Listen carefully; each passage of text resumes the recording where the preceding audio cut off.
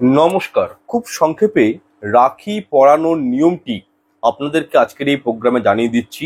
আমার কিছু সাবস্ক্রাইবার শ্রোতা বন্ধু এই বিষয়ে খুবই রিকোয়েস্ট করেছেন যে শর্টভাবে কি করে রাখি পরানো হয়, বা অনেকেই বিষয়টা জানেন না। তো আপনাদের উদ্দেশ্যে আজকের এই প্রোগ্রামটা আমি নিয়ে এসেছি।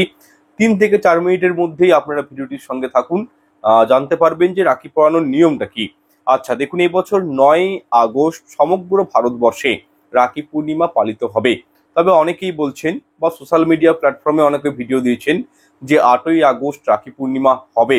তবে এটা কিন্তু সম্পূর্ণ ভুল। ভুল করেও কিন্তু 8ই আগস্ট আপনারা কিন্তু নিজের দাদা বা ভাইকে রাখি পরাবেন না, কারণ এই দিন ভদ্রাকালের ছায়া থাকবে। অর্থাৎ আপনারা 9ই আগস্ট কিন্তু রাখি পরাবেন, 8 তারিখ নয়। এবং এখনো অনেক মানুষ এমনও রয়েছে যারা রাখি পরানোর সঠিক সময়টা জানেন না।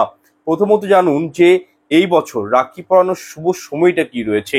এক্ষেত্রে দেখুন, 9ই আগস্ট সকাল থেকে 1টা 39 মিনিট পর্যন্ত রাখি পরাতে পারেন। তবে ভদ্রাকালের কোনো সায়া কিন্তু এবছর নেই। তবে 9টা থেকে, মানে 9ই আগস্ট সকাল 9টা থেকে 10:30 পর্যন্ত রাহুকাল থাকছে। তো সেক্ষেত্রে এই সময় রাখি আপনারা কিন্তু নিজের দাদা বা ভাইকে পরাবেন না, কারণ শাস্ত্র বলছে রাহুকালে কোনো শুভ কাজ করতে নেই। শাস্ত্র মতে নিষিদ্ধ। এই সময়ে নিজের দাদা বা ভাইকে রাখি পরালে তার কিন্তু আয়ু কমে যায়, তার উপর বিপদ আপদ আসে, তার অর্থনৈতিক ইনকামে সমস্যা আসে, রোগ জ্বালা তার মধ্যে চলে আসে। তো সুতরাং রাহুকালে আপনারা কিন্তু রাখিটি পরাবেন না। রাহুকালটা আমি পুনরায় বলছি, সকাল 9টা থেকে 10:30টার মধ্যে পরাবেন না। আচ্ছা, দ্বিতীয়ত রাখি পরানোর সঠিক পদ্ধতিটা কি। দেখুন, যখন রাখি পরাবেন নিজের ভাইয়ের মাথাতে একটি হলুদ কাপড় অবশ্যই কিন্তু দিবেন। এক্ষেত্রে আপনারা হলুদ কাপড় না থাকলে কি করবেন, হলুদ কালারের রুমাল, ঠিক আছে, রুমাল আপনারা কিন্তু নিজের ভাইয়ের মাথাতে অবশ্যই দিয়ে রাখবেন। মানে দাদা বা ভাইকে ঢাকা দিয়ে, মাথার ঢাকা দিয়ে তারপর রাখি দিতে হয়, এটাই কিন্তু নিয়ম। এবং ভাইয়ের কপালে তিলক দিবেন যখন, এবং তিলকটি দিবেন যখন, তখন কিন্তু অবশ্যই অক্ষত আতপ চাল ভাইয়ের কপালে কিন্তু দিতে হয়। দেখুন, চাল হচ্ছে মা লক্ষ্মীর স্বরূপা, তাই সুতরাং ভাইয়ের মঙ্গল কামনার্থে, ভাইয়ের বা দাদার জীবনে যাতে করে প্রসপারিটি আসে, সুখ শান্তি অ্যাবেন্ডেন্স আসে, তো সেক্ষেত্রে আতপ চাল কিন্তু ভাইয়ের কপালে অবশ্যই দিবেন তিলকের সাথে। এবং রাখি পরানোর সময় রাখিতে 3টে গিঁট দিতে হয়। অনেকেই জানেন না, অনেকেই কি করেন, একটা গিঁট দিয়ে একটা ফাঁসগিরা দিয়ে দেন। এটা কিন্তু উচিত নয়। রাখি যখন আপনার দাদা বা ভাইকে পরাবেন তখন কিন্তু সেই রাখির তলায় 3টে গিঁট দিবেন। এই 3টে গিঁটের সম্পর্ক রয়েছে কার সাথে জানেন? ব্রহ্মা, বিষ্ণু এবং মহেশ্বরের সাথে। প্রথম গিঁট সুতোতে দেওয়া হয় এই একটা অনুমান করে বা একটা অনুভব করে যে নিজের দাদা বা ভাইয়ের যাতে করে দীর্ঘায়ু হয়, দীর্ঘায়ু কামনা ও সুস্থতার উদ্দেশ্যে প্রথম গিঁট দেওয়া হয়। এরপর দ্বিতীয় গিঁট সুতোতে দেওয়া হয় বোন বা দিদির দীর্ঘায়ু এবং পরিবারের মঙ্গল কামনার্থে। এবং তৃতীয় গিঁট সুতোতে দেওয়া হয় তার কারণ ভাই এবং বোনের যাতে করে একটা মধুরতার সম্পর্ক বজায় থাকে, তাদের মধ্যে যেন কোনো তিক্ততা না চলে আসে। সুতরাং যেসব দিদিরা বা বোনেরা নিজের দাদা বা ভাইকে রাখি পরাবেন তারা কিন্তু 3টে গিঁট রাখির সুতোতে দেবেন। এবং খালি হাতে কখনোই রাখি পরা কিন্তু দাদা বা ভাইয়ের উচিত নয়। সেক্ষেত্রে নিজের দাদা বা ভাইকে কিছু টাকা বা উপহার তার হাতে কিন্তু রাখা উচিত বোনকে দেওয়ার জন্য। এছাড়াও রাখি সর্বদা ডান হাতে পরানো উচিত। রাখি পরানোর পর নিজের ভাইকে মুখ মিষ্টি করাবেন, তারপর ঘিয়ের প্রদীপ এর মাধ্যমে নিজের দাদা বা ভাইয়ের সামনে আরতি করবেন, অর্থাৎ ঘিয়ের প্রদীপ প্রজ্বলিত করলেন। এবং প্রদীপের তলায় অবশ্যই জব হোক বা আতপ চাল হোক অবশ্যই 2-4টে কিন্তু রাখবেন। এবং ভাইকে সামনে বসিয়ে আপনারা প্রদীপ দিয়ে তার কিন্তু আরতি কিন্তু অবশ্যই করবেন। আচ্ছা, এবং হলুদ সর্ষে, এখানে একটা ট্রিক রয়েছে, এটা অনেকেই বিষয়টা জানেন না।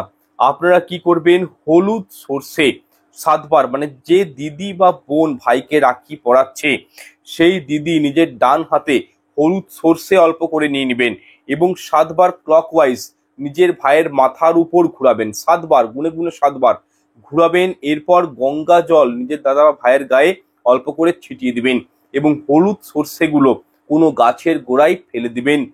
ঠিক আছে, এই ক্রিয়াটির মাধ্যমে কি হয়, দাদা বা ভাইয়ের রোগ জ্বালা বিপদ আপদ অ্যাক্সিডেন্ট অর্থহানি এই সমস্ত কিন্তু তার জীবন থেকে যোগগুলো কিন্তু কেটে যায়, এবং এটা একমাত্র নিজের বোন বা দিদি পারে। তো সুতরাং অবশ্যই হলুদ সর্ষে নিয়ে কিন্তু এই ক্রিয়াটি কিন্তু রাখি পূর্ণিমার দিন অবশ্যই করবেন। সর্বশেষ যে প্রদীপ দিয়ে নিজের ভাইয়ের সামনে আরতি করেছিলেন, সেই প্রদীপটি কিন্তু নিজেকে কখনোই ফু দিয়ে বা হাতে করে নিভিয়ে দেবেন না, শাস্ত্র মতে বিরুদ্ধ এটি। ওই প্রদীপটি ঠাকুর ঘরে রাখবেন। ঠিক আছে, এবং যে ভাইয়েরা বা দিদিরা মানে দিদির কাছ থেকে রাখি পড়বেন, যেসব দাদা বা ভাইয়েরা দিদির কাছ থেকে রাখি পড়বেন, তারা অবশ্যই রাখি পড়ার পর নিজের দিদির পা স্পর্শ করে প্রণাম করবেন, এবং যে বোনেরা দাদাকে রাখি পড়াবেন দাদাকেও কিন্তু প্রণাম করবেন। এবং দাদা বা ভাইদের উদ্দেশ্যে বলছি, নিজের বোন বা দিদিকে অবশ্যই রাখি পরানোর পর উপহার গিফট অবশ্যই করবেন।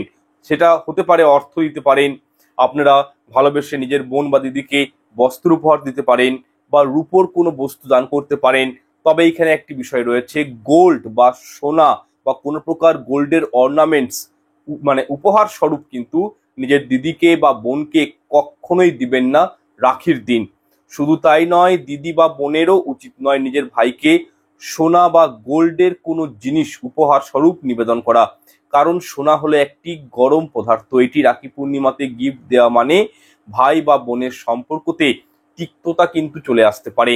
এছাড়াও কালো রঙের রাখি বা লাল রঙের রাখি আপনারা কিন্তু এই রাখি পূর্ণিমার দিন নিজেদের দাদাকে বা ভাইকে কিন্তু পরাবেন না, বিষয়টি একটু মাথায় রাখবেন। তার কারণটা হচ্ছে 2025 সালটাকে রুল করছে কে? মার্স, মঙ্গলদেব। আর মঙ্গলদেবের কালার কি? রেড। আপনারা দেখুন, পেপার খুললেই, টিভি চালালেই বা মোবাইলে দেখলেই, নিউজ চ্যানেল দেখলেই প্রত্যেক দিন কোনো না কোনো দুর্ঘটনা, অ্যাক্সিডেন্ট এগুলো চোখে আসছে। তার কারণ হচ্ছে কি? মঙ্গলের কারণে। মঙ্গল হচ্ছে মারক গ্রহ।